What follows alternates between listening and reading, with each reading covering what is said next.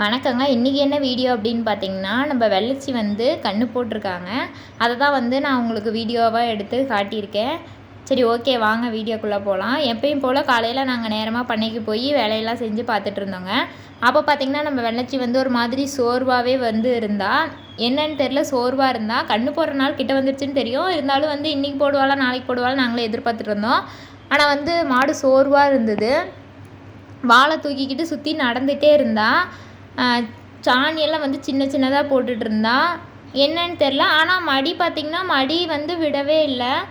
ஏன்னா வந்து மடி நல்லா விட்டுருந்தது அப்படின்னா கன்று போடும், காம்பு பூத்துருக்கணும், இது மாதிரிலாம் அறிகுறி சொல்லுவாங்க. ஆனால் மடி மாடு விடவே இல்லை. அதனால் நாங்களும் சரி இன்னும் கன்று போட நாள் இருக்க மாட்டிருக்கு அப்படின்னு சொல்லிகிட்டே இருந்தோம்.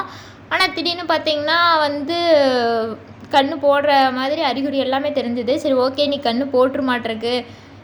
ஏன் நாங்கள் வந்து கன்று போகிற அறிகுறியே தெரியலன்னு சொல்கிறோம் அப்படின்னு பார்த்திங்கன்னா, மாடு கோலா கூட அடிக்கலைங்க. கோலா அடிச்சிருந்தாவாச்சும் ஓகே, 4 நாளாக கோலா அடிச்சிட்டு இருக்குது, நீ கன்று போடுப்பா, அந்த அறிகுறியெல்லாம் தெரியுது அப்படின்னு சொல்லலாம். இந்த மாடு வந்து கோலாவே அடிக்கலைங்க. டக்குன்னு காலையில் வந்து சுற்றிட்டு கத்திக்கிட்டே இருந்தது. என்றைக்குமே நம்ம வெள்ளச்சி கத்தவே மாட்டா. ஆனால் கத்திக்கிட்டே இருந்தா.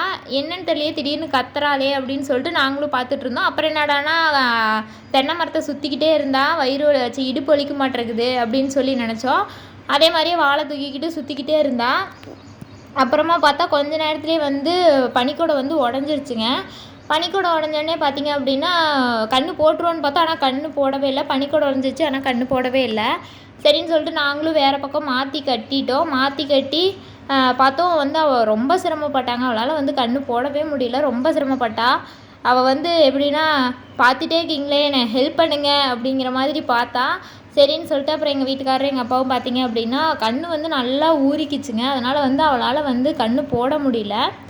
அதனால் பார்த்திங்கன்னா இவங்க வந்து ஹெல்ப் பண்ணாங்க. விளக்கெண்ணெய் வந்து அந்த வாய்க்கிட்டெல்லாம் சுற்றி தடவி விட்டு கண்ணை வந்து கொஞ்சம் வெளியில் பிடிச்சி இழுத்தோம் அப்படின்னா அதுக்கு மேலே அவளே வெளில தள்ளிடுவா. அதனால் வந்து இவங்க கொஞ்சம் ஹெல்ப் பண்ணாங்க. ஹெல்ப் பண்ண உடனே அவளும் வந்து கன்று போட்டுட்டாங்க நல்லபடியாக. கன்று வந்து நல்லா ஊறிக்கிட்டனால அவள் ரொம்ப சிரமப்பட்டாங்க. ரொம்ப நேரம் கழித்து தாங்க கன்று பனிக்கூட உடஞ்சி ரொம்ப நேரம் ஆயிடுச்சு. ரொம்ப நேரத்துக்கு அப்புறம் தான் வந்து கண்ணே வந்து வெளில வந்துச்சு. மாடு பார்த்திங்கன்னா மாட்டுக்கு ஏற்ற கன்று நல்லா ஊறினனால அவளால் வந்து ரொம்ப சிரமப்பட்டா. கால் பிடிச்சி அப்புறம் வந்து இழுத்த உடனே கன்று வந்து வெளில வந்துருச்சுங்க. இது வந்து எல்லோரும் வந்து இப்படி வந்து இழுக்கக்கூடாது. கணக்காக வந்து நேக்காக வந்து இழுக்கிறீங்க மட்டும்தாங்க இழுக்கணும். இல்லைன்னா நம்ம டாக்டரை கூப்பிட்டு தான் வந்து இது மாதிரி வந்து பண்ணிக்கணும். இவங்களுக்கு வந்து எக்ஸ்பீரியன்ஸ் இருக்கிறனால இவங்களே வந்து பிரசவம் பார்த்துட்டாங்க நம்ம வெள்ளச்சிக்கு. அவள் வந்து நல்லபடியாக கன்று போட்டுட்டாங்க நம்ம வெள்ளச்சி. என்ன கன்று போட்டிருக்கா அப்படின்னு பார்த்தீங்க அப்படின்னா காலக்கன்று தாங்க போட்டிருக்கா. கன்றுக்குட்டி வந்து கோலா தண்ணியெல்லாம் குடிச்சிச்சாட்டிருக்குதுங்க. மூக்கிலெல்லாம் வந்து முட்டை முட்டையாக வந்துட்டு இருந்தது. அதனால் வந்து என் வீட்டுக்காரர் வந்து வாய்க்குள்ளெல்லாம் கையை விட்டு எடுத்து விட்டுட்டு மூக்கிலெல்லாம் ஊதி விட்டுக்கிட்டு இருந்தார். அந்த தண்ணி வந்து இருந்துச்சு அப்படின்னா கன்றுக்குட்டியால் வந்து மூச்சு விட முடியாது, சிரமப்படும்னு சொல்லிட்டு எல்லாம் பண்ணிக்கிட்டு இருந்தாங்க. கன்றுக்குட்டியும் ரொம்ப சிரமப்பட்டுருச்சாட்டிருக்குதுங்க உள்ள. ஏன்னா வந்து கன்றுக்குட்டி வந்து கொஞ்ச நேரத்துக்கு ரொம்ப அப்படியே படுத்தே இருந்தது. அதுக்கப்புறமா கொஞ்ச நேரம் கழித்து நல்லா துணியெல்லாம் தொடச்சிட்டுட்டு தொப்புளுக்கு துணி கட்டி விட்டுட்டாங்க. அதுக்கப்புறம் நல்லா ஆக்டிவாக விளையாட ஆரம்பிச்சிட்டான். நம்ம வெள்ளச்சி பார்த்திங்க அப்படின்னா நாங்கள் எதிர்பார்க்கவே இல்லைங்க. அவள் வந்து பார்த்திங்கன்னா ஆனால் நாள் ஆயிடுச்சு, 280 நாளுக்கு மேலே ஆயிடுச்சு. ஆனால் வந்து மடியும் வந்து அந்த அளவுக்கு விடலை, கோலாவும் அடிக்கல, கன்று போடுறதுக்கான எந்த அறிகுறியுமே தெரியலங்க. என்னடா நாள் ஆயிடுச்சு இன்னும் இப்படியே இருக்காளே அப்படின்னு சொல்லிட்டு எங்களுக்கே கொஞ்சம் பயமாக இருந்துச்சு. ஆனால் திடீர்னு என்னென்னா காலையில் லைட்டாக கோலா அடித்தா உடனே வந்து கன்று போடுறதுக்கான எல்லா அறிகுறியும் தெரிஞ்சுது. கன்று போட்டுட்டாங்க. கன்று போட்டதுக்கு அப்புறம் தாங்க இவள் வந்து மடியே விட்டா.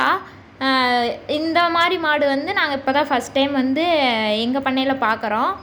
கன்று போட்டதுக்கப்புறமா பார்த்திங்க அப்படின்னா கொஞ்ச நேரம் கழித்து மாட்டுக்கு வந்து வவுத்துக்கு வந்து தண்ணியும் தீனியும் கொடுக்கணுங்க. அப்போ தான் வந்து மாடு வவுறு நம்பி செத்த போடுவாங்க. தண்ணி வந்து சுடு தண்ணி தான் வைக்கணும். தீனி வந்து பார்த்திங்க அப்படின்னா வைக்கோல் போட்டோங்க நாங்கள். ஏன் அப்படின்னா பச்சை தீனி போடுறோம் அப்படின்னா வந்து மாட்டுக்கு செரிமான பிரச்சனை வந்துடும் அப்படின்னு சொல்லிட்டு நாங்கள் வைக்கோல் தான் போட்டோம். அதே மாதிரி சுடுதண்ணி செத்த போட்டதுக்கப்புறமா சுடுதண்ணி நல்லா வெதுன்னு வச்சு இடுப்போடு ஊற்றி விட்டோம் அப்படின்னா மாட்டுக்கு வந்து கொஞ்சம் நல்லா இருக்குங்க. ஏன்னா இடுப்பு வலி இருந்திருக்குள்ள அதுக்கு வந்து இந்த வெதுன்னு சுடுதண்ணி ஊற்றினோம் அப்படின்னா நல்லா இருக்குங்க. பாருங்கள், நாங்கள் ஊற்றி விட்றோம். நம்ம வெள்ளச்சி வந்து எப்படி நிற்கிறான்னு சொரணையாக வந்து நல்லாயிருக்கும். அதனால் ஊற்றி விட்டுட்டு அதுக்கப்புறமா வந்து மஞ்சத்தூள் வந்து இடுப்புக்கிட்ட பூராமே தேய்ச்சி விட்ருவோங்க. அது வந்து இந்த இதெல்லாம் வந்து முக்கியாது, அதனால் நாங்கள் தேய்ச்சி விட்ருவோங்க.